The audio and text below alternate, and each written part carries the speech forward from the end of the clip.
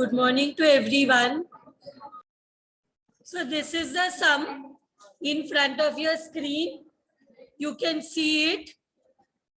Following is the summary balance sheet of Prakash Limited as on 31 March 2017. Equity shares of rupees 10 each, fully paid up 4 lakhs. Capital reserve 25,000. Profit and loss account 75,000. Export profit reserve, we know this is a statutory reserve, is 60,000. Revaluation reserve 1,50,000. Then you have trade payable 90,000. Asset side, you have land and building, furniture, stock, trade receivable, cash and bank balance. On the above date, Akash Limited is formed to take over the business of Prakash Limited. So what has happened here? Akash Limited is formed to take over the business of Prakash Limited. Prakash Limited will close down a new business, that is new company, that is Akash Limited will be formed to take over the business of Prakash Limited, including the cash and bank balance. Means with all the assets, even cash and bank balance will also be taken over.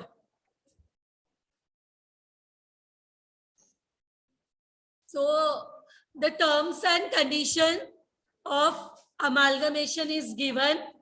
Stock is taken over at 75% of its book value. Stock 40,000 and 40,000 का 75% निकालो, you will get the value of new value, revised value of stock. 40,000 का 75%, you get 30,000. Then furniture and fitting are taken over at 70,000. 80 was the old value. New value given is 70. So purchase consideration में हम revised value लेते, अगर दिया है तो, other if not given we take the book value, balance sheet value. Trade receivables, that is debtors, 75,000 old value था, are taken over subject to reserves for bad debts of 5,000. Can you tell me the new value? Trade receivable are taken over subject to reserve for bad debts of rupees 5,000. तो 5,000 का reserves है, 75,000 was receivable, 5,000 का reserve है, RDD है, तो नया value कितना रहेगा? 75,000 less reserves, we get 70,000 the new value. Land and building is taken over by Akash Limited at 10 lakhs. Old value था 8 lakh, 3 lakh 85. Old value था 3 lakh 85 given in the balance sheet. New value given is 10 lakhs. Statutory reserve is required to be maintained for 1 more year. The export profit reserve is a statutory reserve.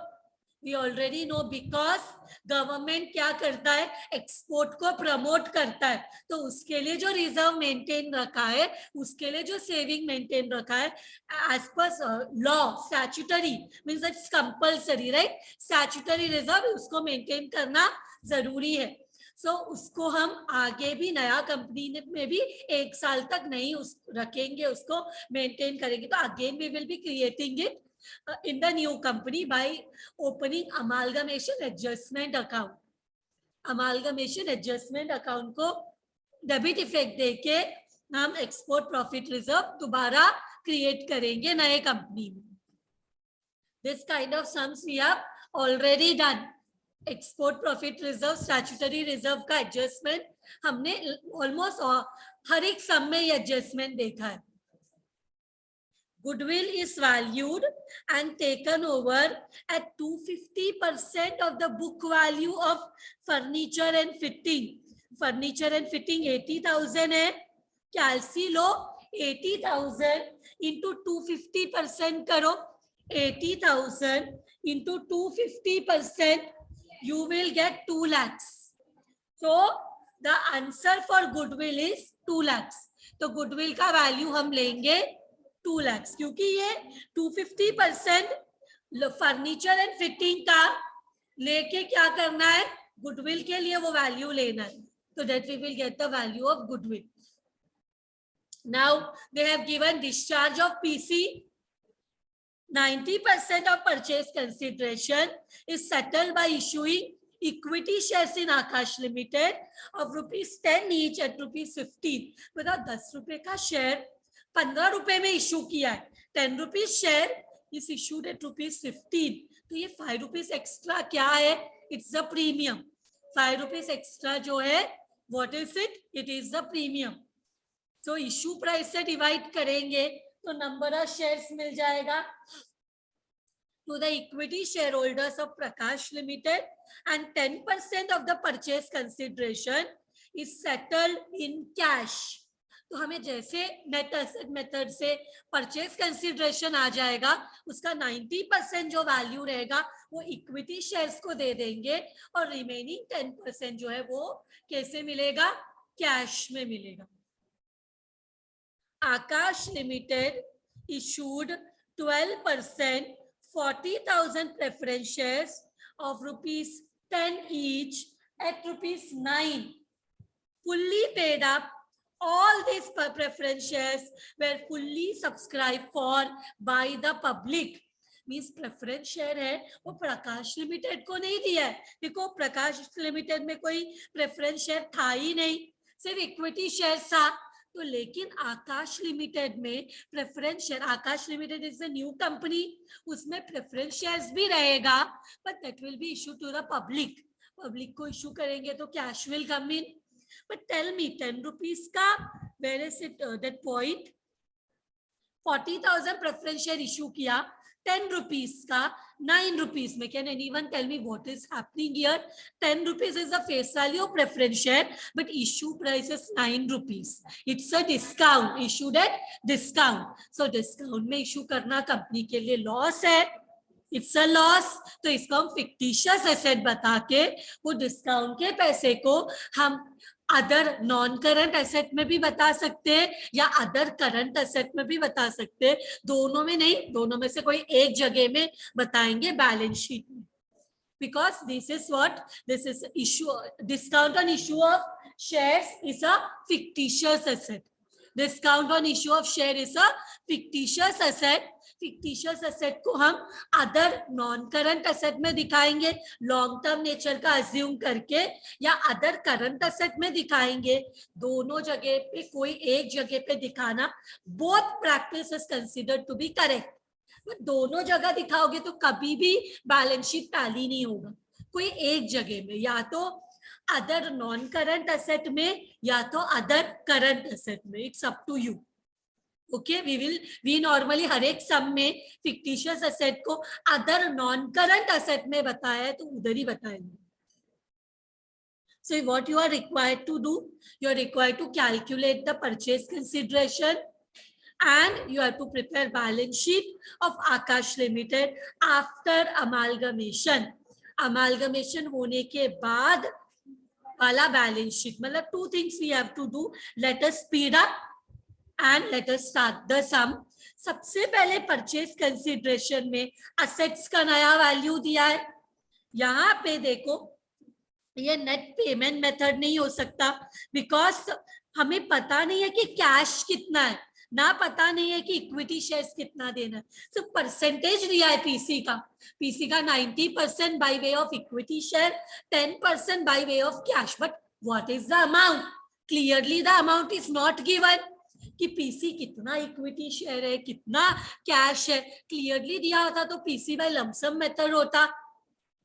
और अगर payment clearly दिया है किसको क्या देना है तो हम नेट पेमेंट मेथड देते, लाइक लास्ट सम 3, लाइक एक इक्विटी शेयर के बदले में नए कंपनी में 4 equity share, that payment is properly given, then we can say net payment method.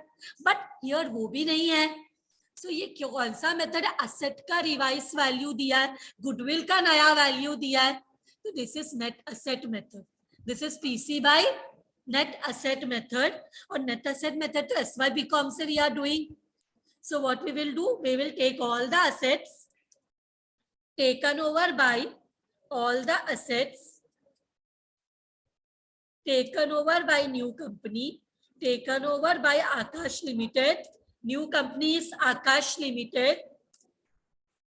Akash Limited in revised, or we will say book value.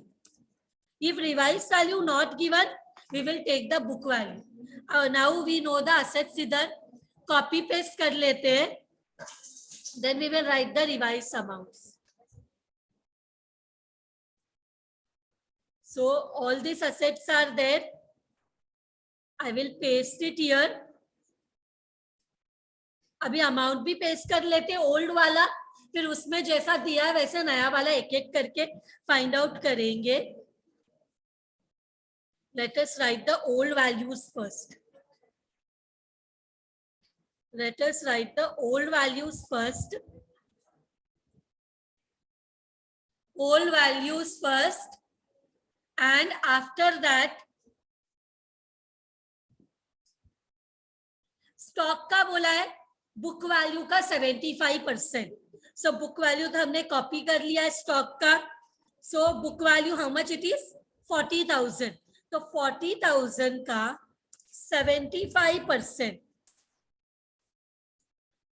कितना आएगा? वो 30,000 आ रहे हैं सबको. So stock 30,000. फिर फर्नीचर एंड फिटिंग का taken over at 70,000. So furniture and fitting का नया वैल्यू लो. We will write the new value 70,000.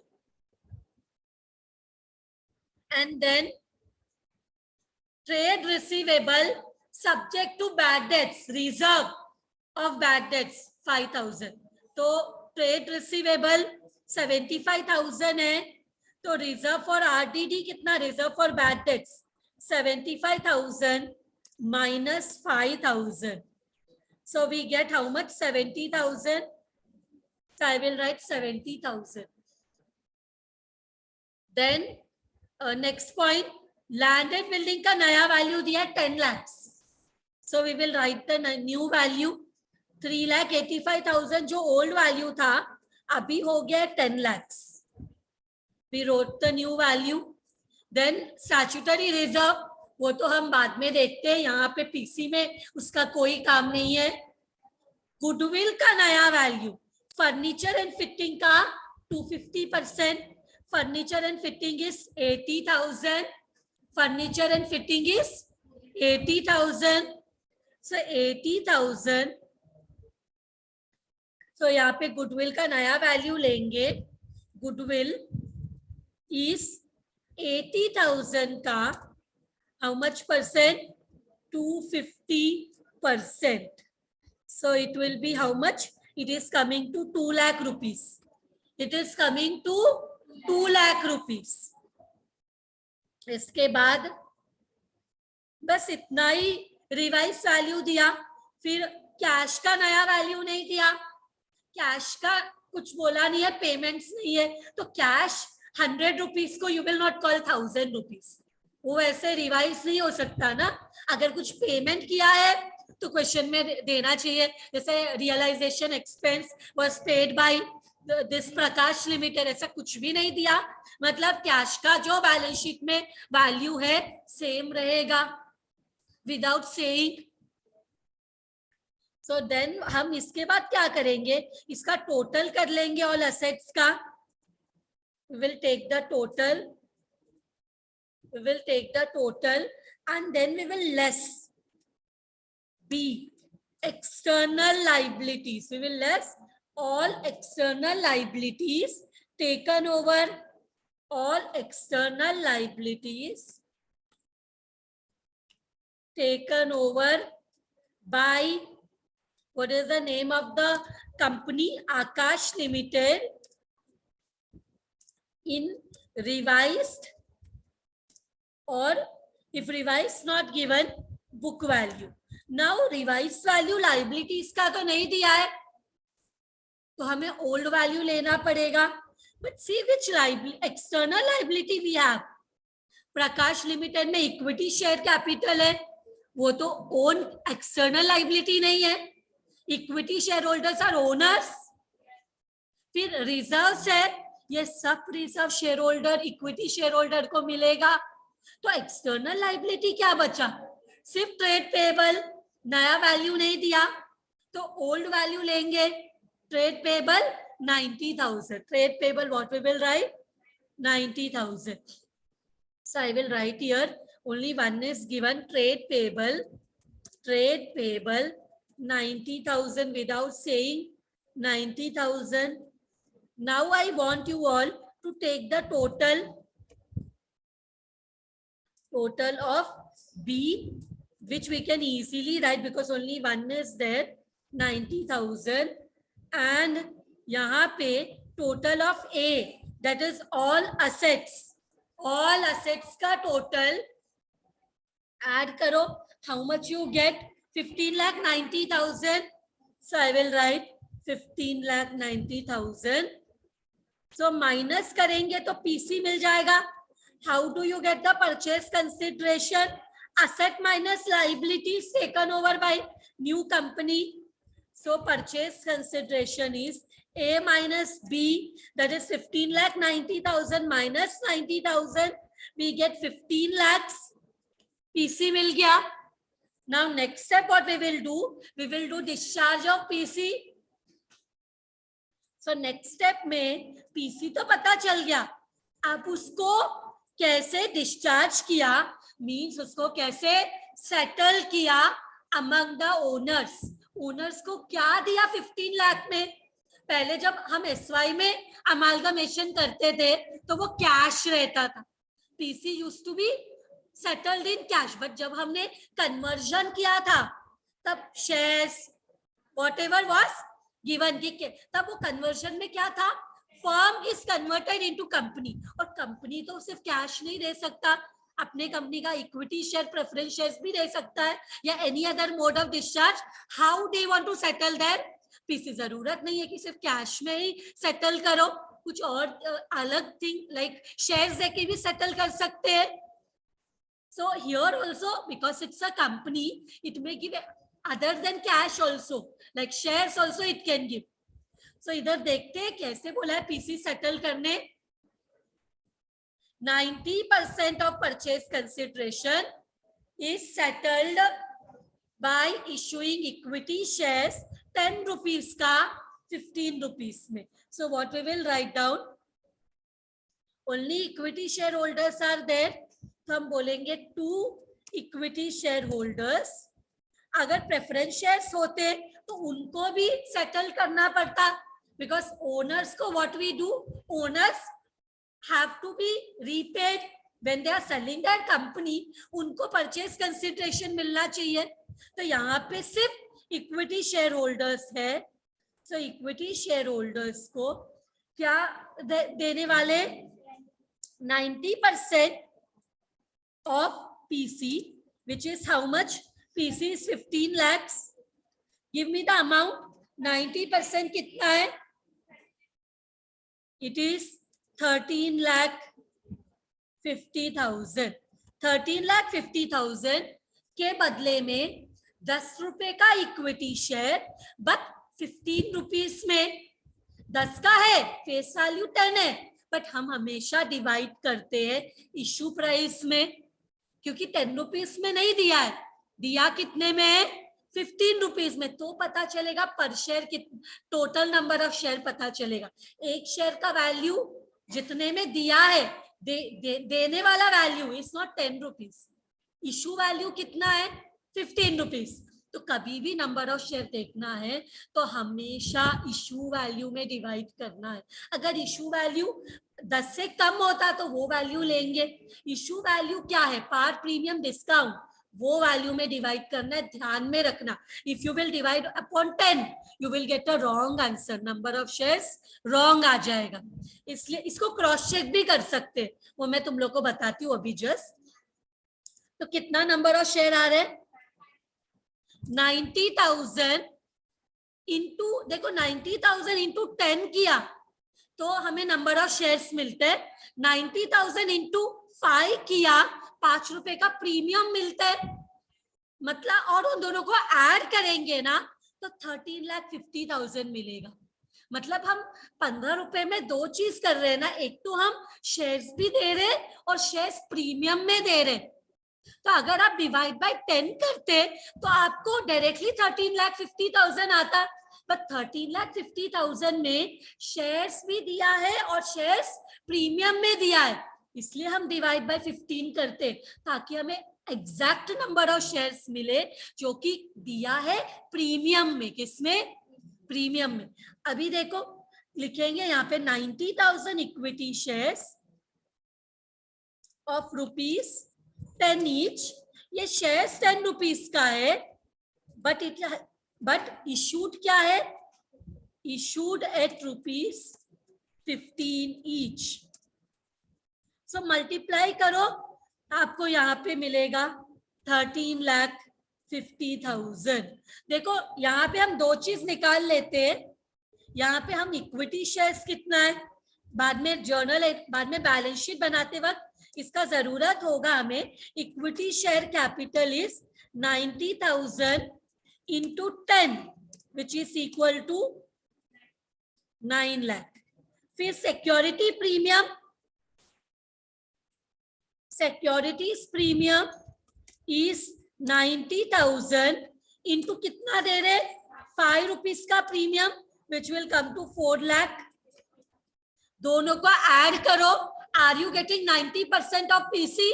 जो कि क्वेश्चन में बोला है 90% of PC is by issue of equity share. तो अगर आप डिवाइड बाय 10 करते हैं ना 13,50,000 को, तो आपको प्रीमियम पूरा मिला के और ज्यादा पीसी से भी ऊपर का वैल्यू हो जाता. तो वो तो नहीं हो सकता. इसलिए हर एक सम में ध्यान में दो that you have to divide by issue value to find out the number of shares. Issue value can be issued at par, issued at discount, issued at premium, but it will be given in the question. देख के समझ में आता है 10 rupees का share 15 rupees में, मतलब ज्यादा में दिया प्रीमियम, कम में देंगे डिस्काउंट. नेक्स्ट है 10% ऑफ पीसी. कैसे दिया है? 10% of PC is how given, how? In cash.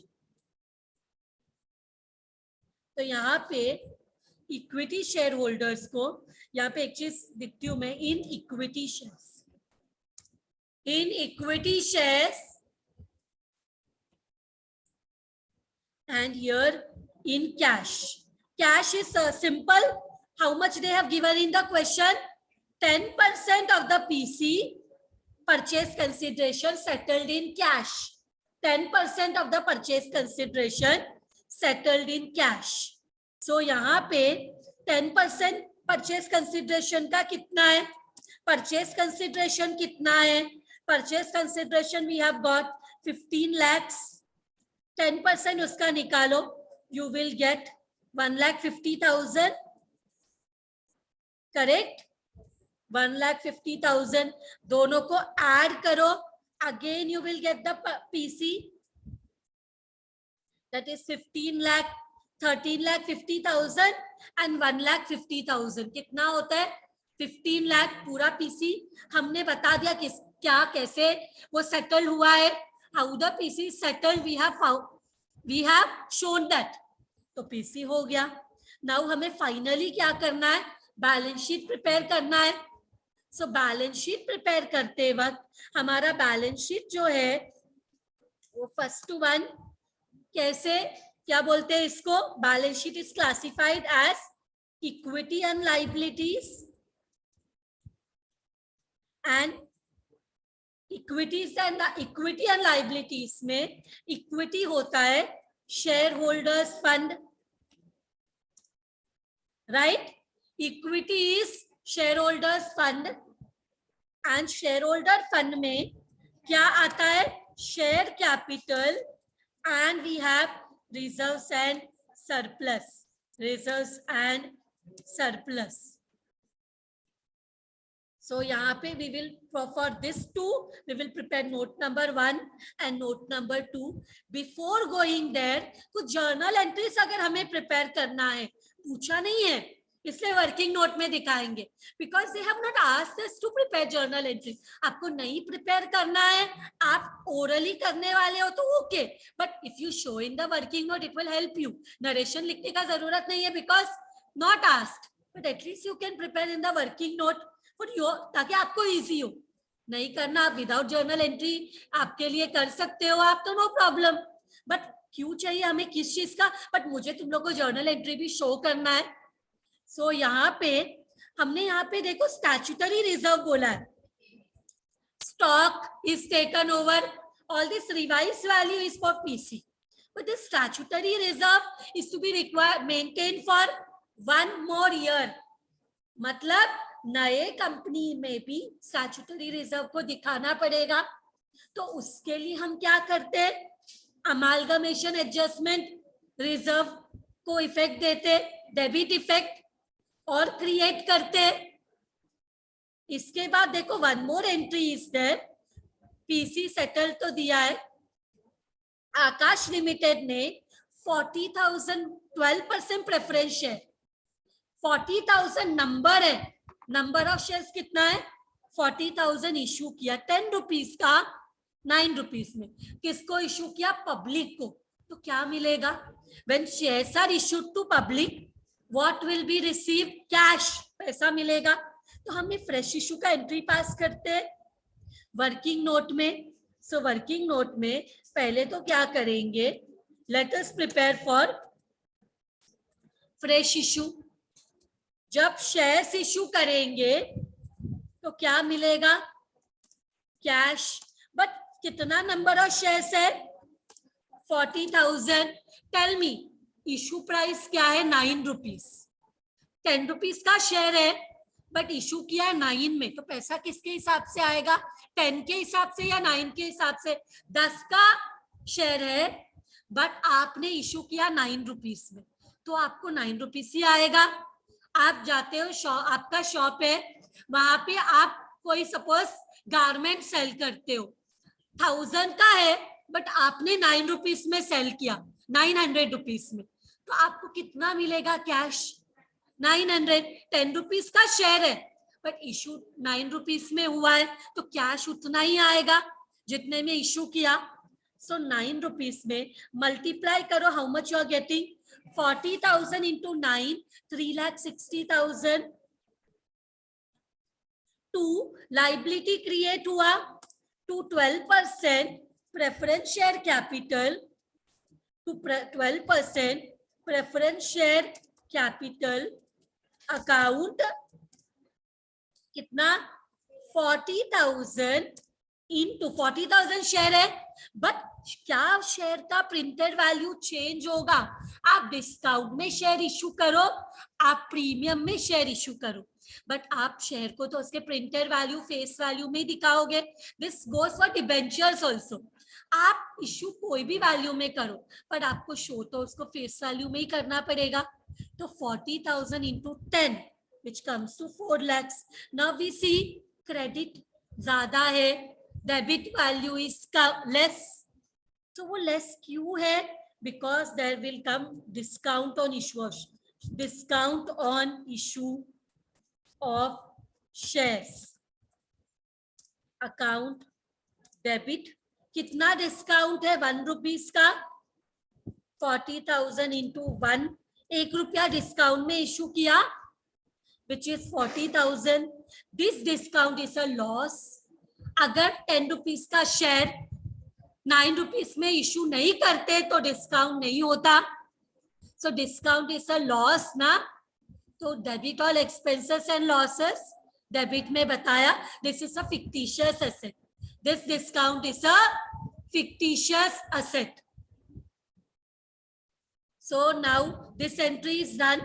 एक और entry है which is for amalgamation, which is for amalgamation adjustment, which is for statutory reserve, statutory reserve के लिए हम amalgamation adjustment account, adjustment reserve account debit, ये कितना है? Export profit reserve का अमाउंट क्या है? लेट अस सी.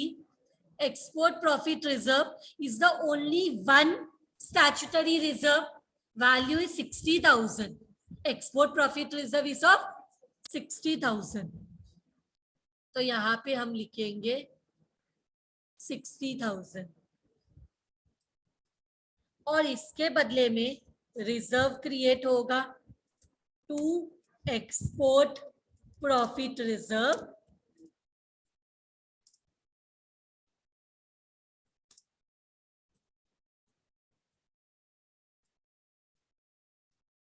being statutory reserve maintained, created. तो ये भी हो गया. Now let us go to note number 1. Note number 1 is share capital. सारा एंट्रीज भी हमने वर्किंग नोट में दिखा दिया. अभी यहाँ पे शेयर कैपिटल में दो टाइप का शेयर है. एक तो टेल मी इक्विटी शेयर्स का नंबर्स कितना है? यहाँ पे हमने निकाला ना 90,000 इक्विटी शेयर्स और ₹10 ईच, इशूड एट 15. 5 रुपया जो एक्स्ट्रा है वो प्रीमियम है. तो शेयर का नंबर कितना है? 90,000. यहाँ पे प्रकाश लिमिटेड बंद होके आकाश लिमिटेड स्टार्ट हुआ है और प्रकाश लिमिटेड के शेयर होल्डर्स को इक्विटी शेयर्स दिया है. तो शेयर कैपिटल है एंड पब्लिक को भी शेयर्स दिया है. कितना? 40,000 प्रेफरेंस शेयर, 40,000 इंटू 10. सो ये शेयर कैपिटल में दिखाना पड़ेगा. So we will show here 90,000 equity shares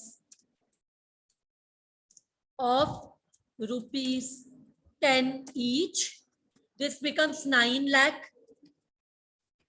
And हमारे पास 40,000 12% प्रेफरेंस शेयर है. 12% preference shares again of ₹10 each. भले इसको डिस्काउंट में दिया हो और इक्विटी शेयर को प्रीमियम में, बट हमें तो फेस वैल्यू में रिकॉर्ड करना है. So how much this becomes? 9 plus 13 होता है ना, 9 plus 4. So we will write here 13 lakhs. Now we will go to the next note जो already हमने वहां लिखा है, reserves and surplus.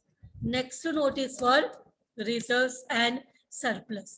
Now Prakash limited में देखो, प्रकाश लिमिटेड में there were so many reserves, capital reserve, profit and loss account, export reserve, revaluation reserve. but वो सारी रिजर्व उनके इक्विटी शेयर होल्डर्स को डिस्ट्रीब्यूट हो गए. नए कंपनी में कोई रिजर्व टेक ओवर हुआ है? नए कंपनी में तो सिर्फ एक लाइबिलिटी है, that is trade payable. Only external liabilities Akash limited है टेकन ओवर. कोई रिजर्व नहीं है प्रकाश लिमिटेड का, क्योंकि प्रकाश लिमिटेड का शेयरिंग प्रकाश लिमिटेड के शेयर होल्डर्स को मिल जाएगा. तो आकाश लिमिटेड में क्या रिजर्व है? Can you see this? Securities premium and securities premium 10 रुपए का शेयर 15 रुपीज में इशू किया, तो 5 रुपीज का premium is a reserve. So here what will come? Here it will come securities premium will come. Securities premium 4,50,000, 4,50,000. And देखो हमने working note में अमालगमेशन एडजस्टमेंट रिजर्व मतलब रिजर्व से सरप्लस में आना चाहिए, बट रिजर्व को तो क्रेडिट बैलेंस होता है, but this is in the debit side. So इसको ब्रैकेट में बताएंगे. नेगेटिव है ना, ब्रैकेट में बताएंगे. और एक्सपोर्ट प्रॉफिट रिजर्व ये तो क्रेडिट में ही है, ये भी रिजर्व है, तो इसको विदाउट ब्रैकेट बताएंगे. So let us show here reserves में amalgamation adjustment reserve, amalgamation adjustment reserve I will, because ये डेबिट साइड में था एंड तुम लोग को मैं हर एक लेक्चर में बोलती हूँ लाइबिलिटी मींस क्रेडिट बैलेंस. अब ये डेबिट में दिया है मतलब ब्रैकेट में इसलिए लिखा. रिजर्व्स मतलब लाइबिलिटी है. लाइबिलिटी को कौन सा बैलेंस होना चाहिए? क्रेडिट बैलेंस होना चाहिए. Export profit reserve.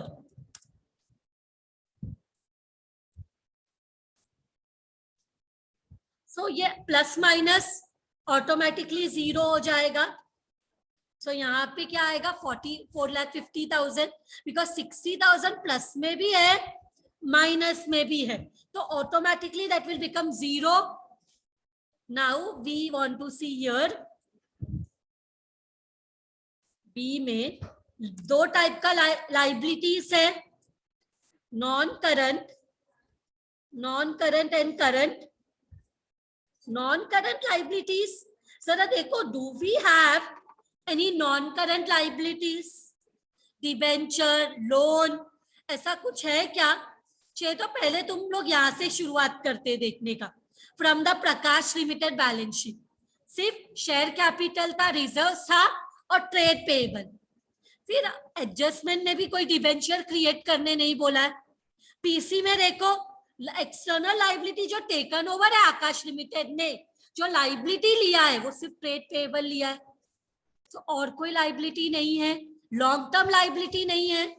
सो क्या लिखना पड़ेगा? ये नहीं लिखते तो भी चल जाता, but I am writing it here and showing it nil.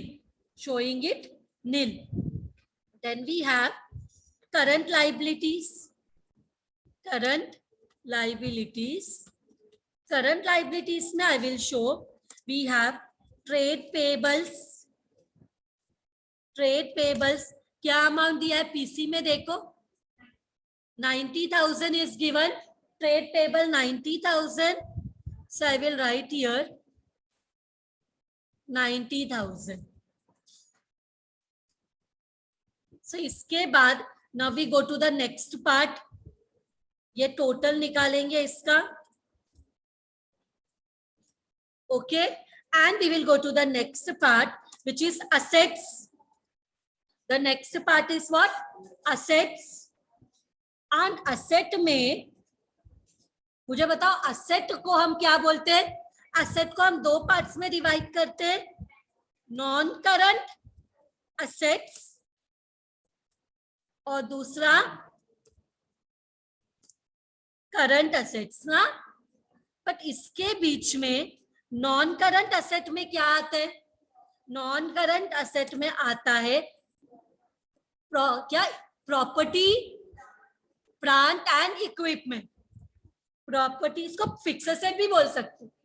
Property, plant and equipment. You can call it also fix asset. तो ये दो टाइप का होता है ना, tangible, intangible. Now let us go to the PC. PC में जाते हैं, हमारे पास कितना tangible assets है देखते हैं. We have 2, land and building 10 lakh, furniture 70,000. तो ये 10 lakh 70,000 हुआ. इसको मैं कॉपी कर रही हूँ बिकॉज एक से ज्यादा है. I will prepare a note here. tangible के लिए I will prepare a note. Tangible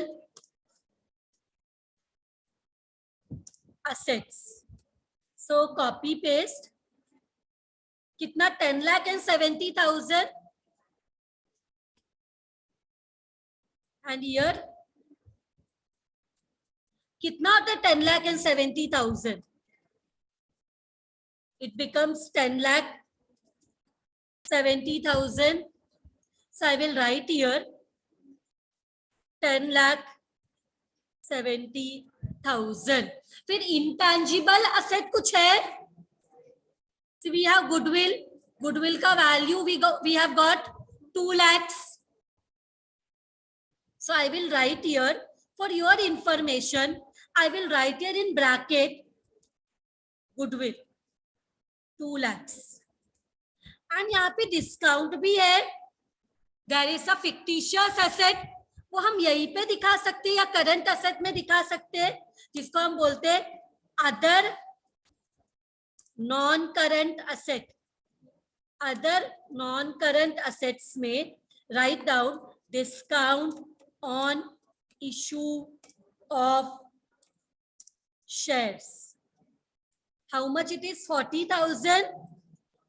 40,000 shares, 1 rupees का डिस्काउंट, 40,000 into 1, 40,000.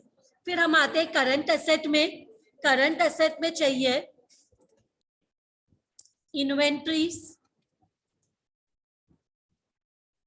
इन्वेंट्रीज के बाद डेटर्स भी है, याद है, आरडीडी भी है उसका, तो उसको बोलते हैं ट्रेड रिसीवेबल्स। फिर कैश बैलेंस भी है, उसको बोलते हैं कैश एंड कैश इक्विवेलेंट। जरा हम अमाउंट्स देख लेते हैं।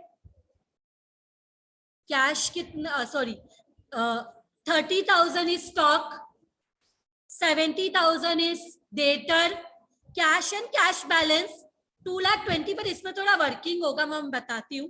30 and 70, 2,20,000. So I will write here 30,000. Inventory is 30,000. Debtor is trade receivable is 70,000. Cash and cash equivalent 2,20,000. See here 2,20,000. फिर हमें फ्रेश इशू किया तो कितना कैश आया प्रेफरेंस शेयर को जब पब्लिक में सेल किया तो we got 3,60,000 and पीसी में हमने कोई कैश दिया है 3,60,000। आकाश लिमिटेड ने क्या किया है, परचेज कंसिडरेशन में 10% कैश पे किया है। सो वो पैसा इनका आकाश लिमिटेड, और ये बैलेंस शीट किसका है, ये बैलेंस शीट आकाश लिमिटेड का है। और आकाश लिमिटेड ने प्रकाश लिमिटेड को इक्विटी शेयर दिया तो वो हमने शेयर कैपिटल में लिखा। फिर कैश भी तो दिया है, दिया तो पैसा बाहर गया। So that also we have to show it here. So क्या अमाउंट आ रहे, 2,20,000 plus 3,60,000 minus 1,50,000, we are getting 4,30,000. Now finally our total, that is balance sheet total, add करो, आपको मिलना चाहिए 18,40,000. Are you getting this amount? Then here also, when we total all the liabilities also, we should get 18,40,000. 18,40,000. With this, what has happened? Our balance sheet has tallied and this sum is done. Thank you very much, everyone.